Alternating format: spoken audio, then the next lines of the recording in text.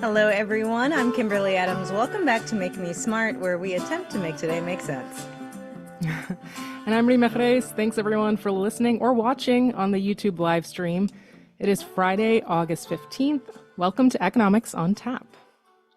Yes, this is where we have our Friday happy hour. We do some news, we play a game, but first we do drinks. And Rima, what do you have?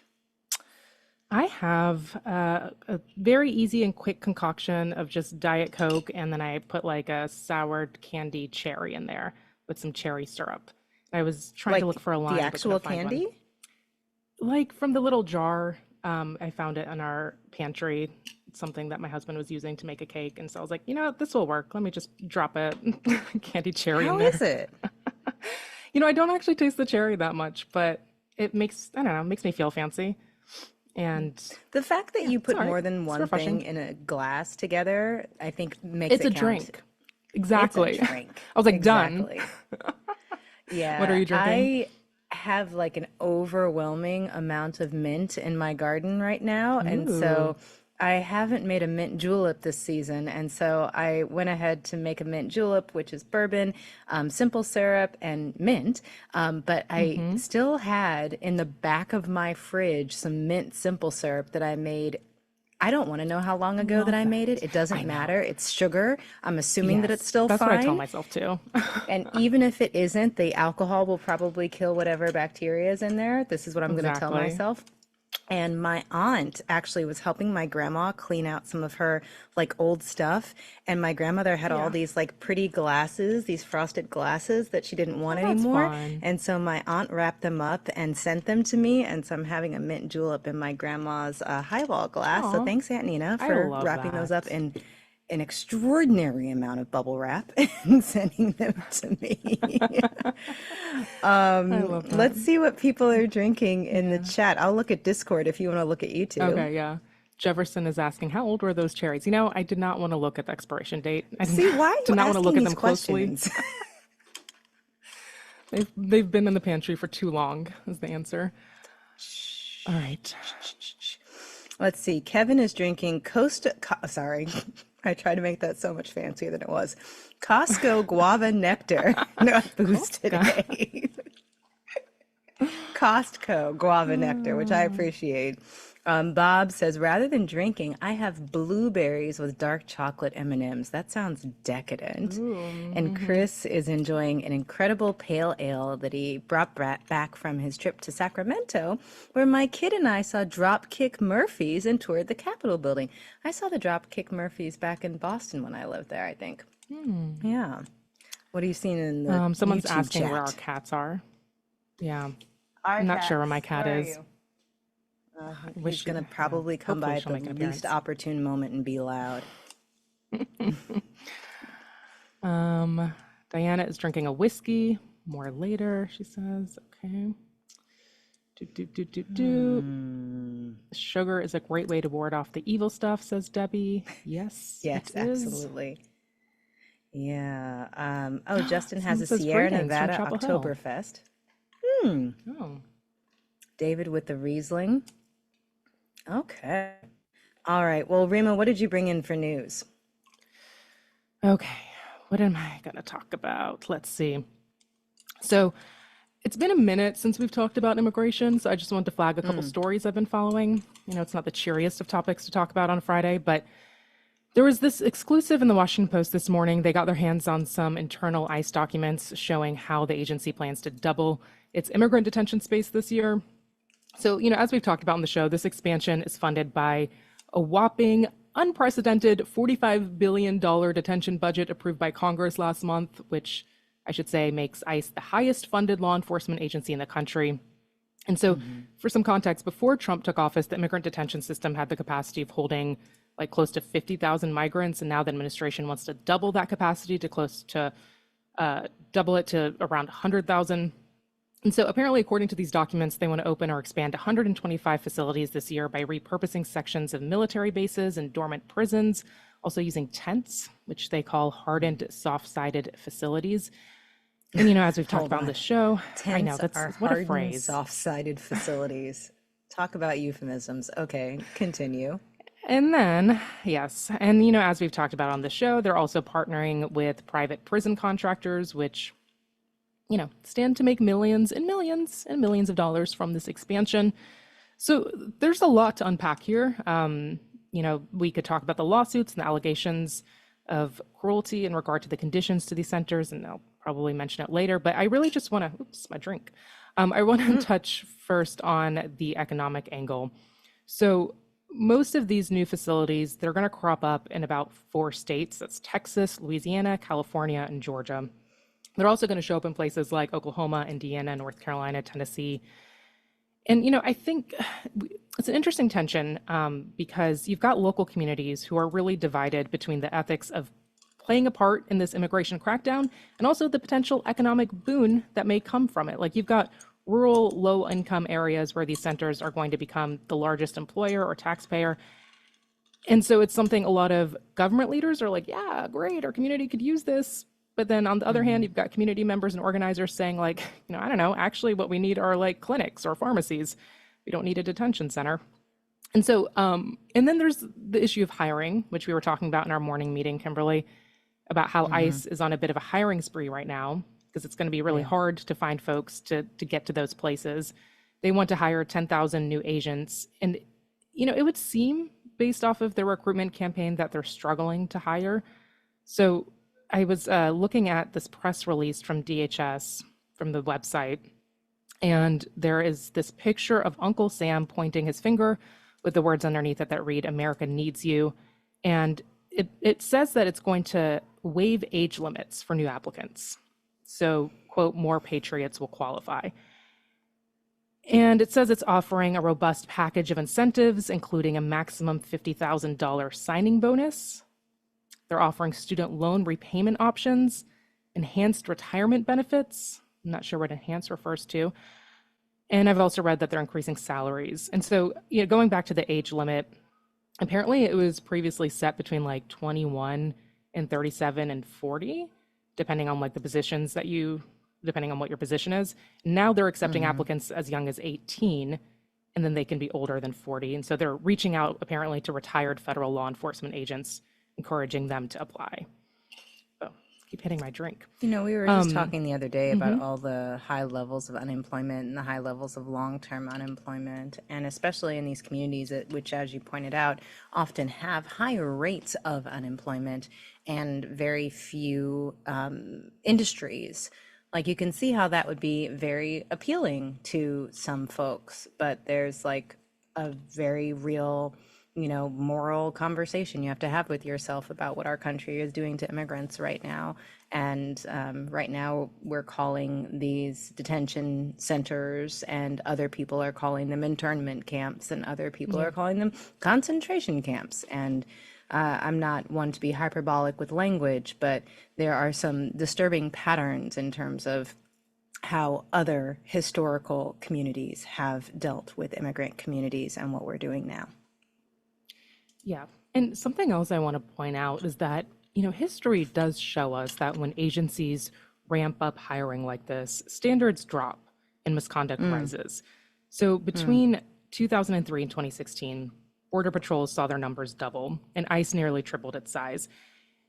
And it led to some serious problems. Like I'm reading here from the American Immigration Council, and it says that after the Border Patrol surge, the number of employees arrested for misconduct, such as civil rights violations or off-duty crimes like domestic violence, grew each year between 2007 and 2013, reaching a 44% increase. And then there's also reporting about how over a 10-year period, CBP employees and contractors took $15 million in bribes. And, like you said, there are already so many reports of really awful conditions in these detention centers and due process violations. We're seeing lawsuits and allegations of, just really inhumane conditions. And so, I wonder how this hiring surge will impact things. And it raises all of these really thorny questions of, who are they hiring? Are they qualified? Are they capable of doing this job? And also what kind of training are they getting? You hold a lot of unchecked power in this kind of position.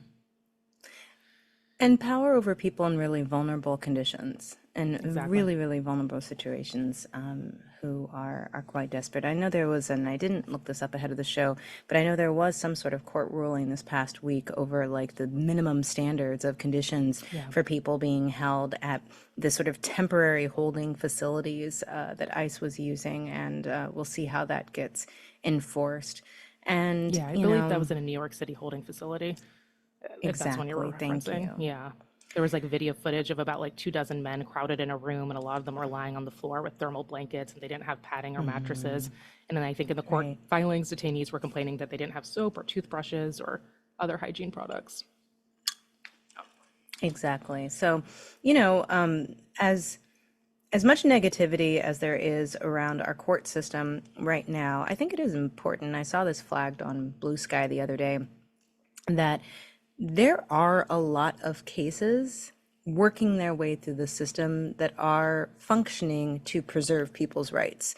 There are a lot of allegations of people's rights being violated, but the reason we know about those cases is because they're working through the court systems, and the court systems are responding and, getting back some sort of reaction, and in this case a ruling saying that things need to change, and it's kind of like up to the system and the people who hold the system accountable, aka all of us, to make sure that those rulings get upheld.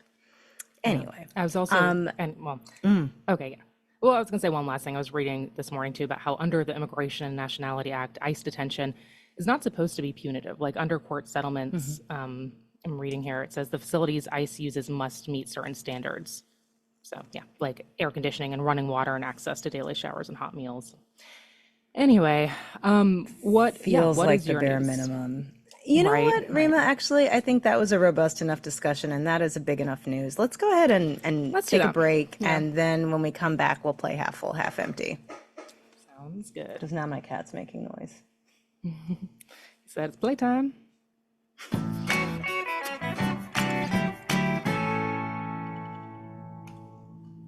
All right, so we are going to play a round of half full, half empty, hosted by the ever wonderful and amazing Drew Jostad. Hey, Drew, take it away.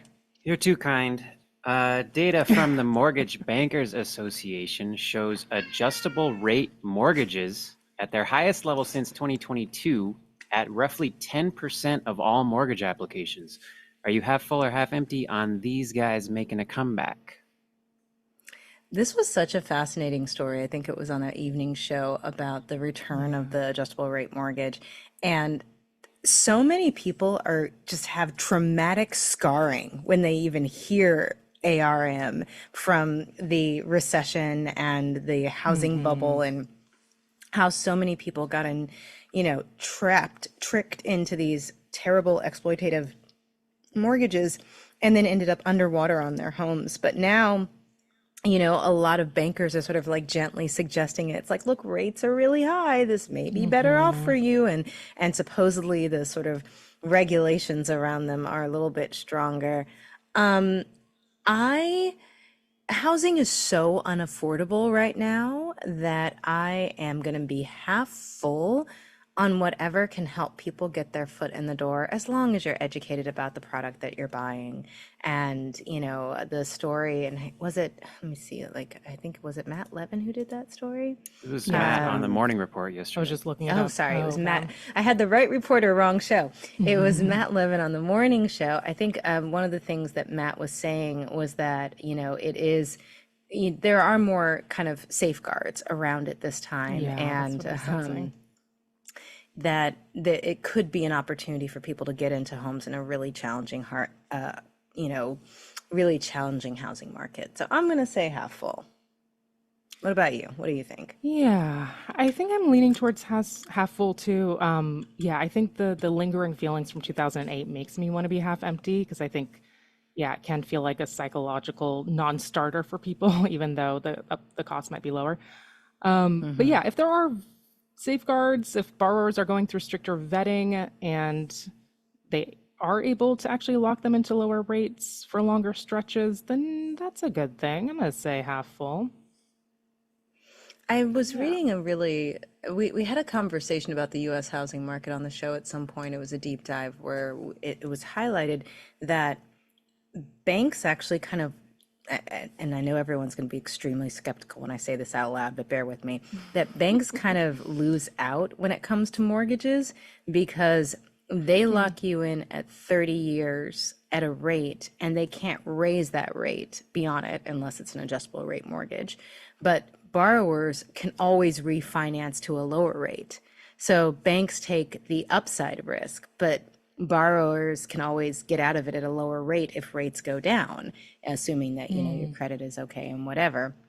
And then banks are kind of left holding the bag. I have no sympathy for the US banking system, but you know, it feels like, you know, it was just a very interesting point of fact that someone highlighted for me, and I don't even really know what to do with it.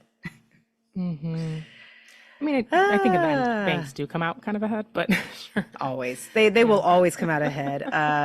Somebody in the chat, Vav413, says, shocked by half full, but I understand the rationale. Learn something new. That's what this show is for, Vav. That's what it's for, man. Or give the woman or hot person, takes. non-binary, whatever. All right, what's the next one, Drew? What's next? Next up, are you half full or half empty on the United States government potentially seeking to acquire a stake in Intel?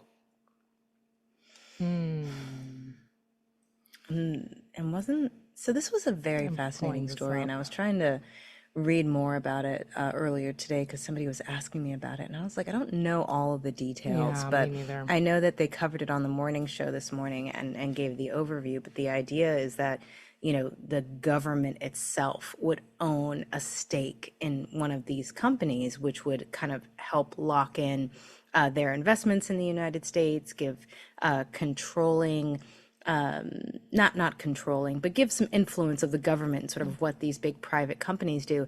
And one of the things I found very fascinating about the Trump version of the Republican Party is the very steady movement away from the sort of free market, more libertarian principles of the Republican Party of, you know, earlier generations, where it's like, let the markets do what they want. We don't need government intervention. And, you know, the private sector can figure it out itself with the least amount of government influence as possible. And this administration has a very different take when it comes to the chips industry. And the Biden administration also got very involved in like semiconductor chips and everything from a national security perspective. But also, this administration is very involved in the private sector and feels very comfortable dictating to individual companies, Right. individual universities, and organizations what they should and should not be doing. So, Yeah. I guess the slight libertarian streak in me, and I say slight, probably is going to go half empty on this. Because, like, while I do think that there's some level of regulation is necessary for the safety of people and for the protection of consumers, the government actually holding a stake, although let me think about that, because the government held a stake in Fannie and Freddie for a long time, which they're about to offload, yeah. which gets us back to the housing market. Let me think about this a little bit longer while you I think know. about it. I feel like a little hesitant sharing too many of my opinions when I haven't fully read into this, but as I'm reading this Yeah. article or skimming it, it seems like, is it kind of like a bailout disguised as strategy? Like, Intel because doesn't Intel need a used to bailout. be, Well, I mean, then that's what neither did the yeah, banks technically in the recession. right. Well, that's Yeah, also I mean, debatable. because well, it seems like it's trying to rescue it in some ways, like, because I'm seeing that Intel's problems were structural in a lot of ways, like repeated layoffs and lagging innovation. So Um, why let's see. Amir says in the chat, RE Intel in particular, they have not entirely inspired rave reviews of their private management of large supercomputer projects paid for by your tax dollars. So that is perhaps useful context. Mike Marsh says the government stake isn't about safety. A mention of too big to fail. Is Intel losing market due to the AI chip industry? Michelle Botti says, ha, I just realized the other week that I have a libertarian streak. I'm just going to say Yeah, half. I feel like I don't actually know enough about this to make an informed call, and I need to like process my feelings about I it. know, right? So That's how I feel. I'm going to go half without weighing in. we're bailing on this. Okay, give All us the right. next Well, one, we're Drew. going to stay in the tech world. This is from Marketplace Okay. Tech this week. Are you half full or half empty on work weeks getting even more intense at AI startups? The story was from Oh, China this this was time. Jennifer Pack's story, right? Yep, correct. Oh my gosh, this was so intense. Did you hear this one? No, I actually didn't. It was such a crazy week. I did So, not listen as no, much as it I used has to. been. Every week is so intense now. It's hard to keep track of everything. So Jennifer Pack did this really interesting story about just how Chinese tech companies are being very, very open about just like screw your work-life balance, work yourself to death.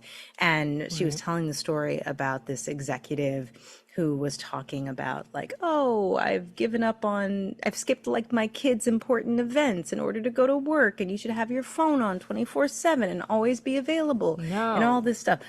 All the way empty, because I find no, no, no, most no. often when we see these stories about here's how I function and am super productive on 5 hours of sleep and I still work out and I still get everything done. These are No, often you don't. people who come from money, who have domestic help to manage their whatever they have to do. Like, tell me that you can work those hours if you have nobody doing your laundry for you, no one helping you with childcare, no one helping No. you with elder care, no one helping you like manage your day-to-day life and expenses and cleaning and dishes. Then talk to me about how happy you are to work that kind of schedule. Mm-hmm. So I Mm-hmm. call BS and I'm going to say no. I'm all the way empty. Oh, and people Same. are saying It people could reminds me also of be the on drugs. It reminds me of the half empty, half full we had a couple of weeks ago with what was it, the job applications that are just being very, they're not mincing their words and saying like, you are going to be overworked, basically. Yeah, yeah. Yeah, it's just, no, you can't squeeze more hours out of people and then expect them to be able to juggle all the other aspects of their lives. And Your also expect creativity, them your to be health. good at their jobs. Yeah, no, everything's going to collapse. You have to be able And to also turn long your term, I'm brain like, is that off at some actually good point. for business? Yeah. Yeah. Everyone in All the right, chat Drew, is that empty. got us all riled up. What's the next one? Next one is the poll. So bring All that right, energy. everybody who's also riled up with us in the Yeah, everyone in the chat, chat get ready is to angry. vote. I know. All right. So, for the first time in the history of the Olympics, the Los Angeles 2028 Games will be selling venue naming rights to sponsors. Are you half full or half empty? Hmm. Let me get Let my me cat for emotional support. for emotional support. Uh, I don't know. I've been reading a lot and hearing a lot about how hesitant various groups are to come to the United States right now I for know. conferences, for sporting events, for anything, and even like with the World Cup coming up. Okay, fine, leave. Even for the, World Cup coming up, there being actual like warnings about coming to the United States. So I'm already kind of concerned about the Olympics in Los Angeles and what it's Yeah, going to I'm look like. And go ahead. no, I agree. I'm generally half empty on this. I think, you know, the, I feel like it dilutes the Olympic brand even more, or like the ideals held up by them, like, by foregrounding corporate presence over athletic focus and, just becoming more profit focused. No. I'm Those are my feelings. also all the way empty on like cities paying for sports stadiums and things like that, because very rarely is that like a good return on investment for the city. But at the same time, I love what the Olympics represents in terms of getting these amazing stories and seeing athletes, especially from the countries that don't have a lot of resources and don't get a lot of attention. You get these amazing stories. I was like I've been really trying hard to change my algorithm on the various platforms Yeah. to more positive things. And so that has somehow shifted me to getting like a lot more like inspirational videos from like Olympics where people Oh, like I love overcome that. adversity and things like that. And It just like so I love love the that dopamine hits part from of those it. videos. Yes, nice dopamine hit. And so I want that to continue somewhat, and I'm worried about the funding for the Olympics, particularly in the United States this time around, given everything happening. So, if it makes the Olympics nicer and properly funded so the athletes can get Potentially. what they need, a very tentative half full for me, believe What it are or folks in the not. chat saying? Olympics, some Michael said Olympics sponsored by Intel paid by federal tax dollars. Um, Oh uh, gosh, let's see. when Olympic athletes Uh, finance their training through OnlyFans. when athletes finance their training through OnlyFans. Ike. Okay, Jason, that's something. All right, what do Yeah. you think, Rima? I'm leaning towards. I feel so pessimistic and cynical. I'm like half empty, half empty. But I think without knowing more about this topic, I'm skeptical whenever there are, just revenue motives and pressures in that You way. know, it's so rare that we end up on different sides of these things. So it's kind of nice every so often to be on the opposite side. So the poll results were half empty like you, 69%. So you were with the majority, half full, Oh, 30%. So I'm okay to be on the losing side every so often. You know. But thanks everybody for playing the yeah, game. thanks for playing. Thanks for joining today. This was definitely the bright moment of my day. This was fun. Yeah. Ugh, what a All week. right. What a week. I know, dude. But that is a wrap on this week. We will be back on Monday. I think Nova and I will be on the show on Monday. Yes, I have jury duty. I will be doing my Yes. civic duty on Monday, 8 a.m. I will be at the courthouse. Oh, man. In the meantime, send your comments, your questions to make me smart at marketplace.org, or you can leave us a voicemail at 508 UB Smart.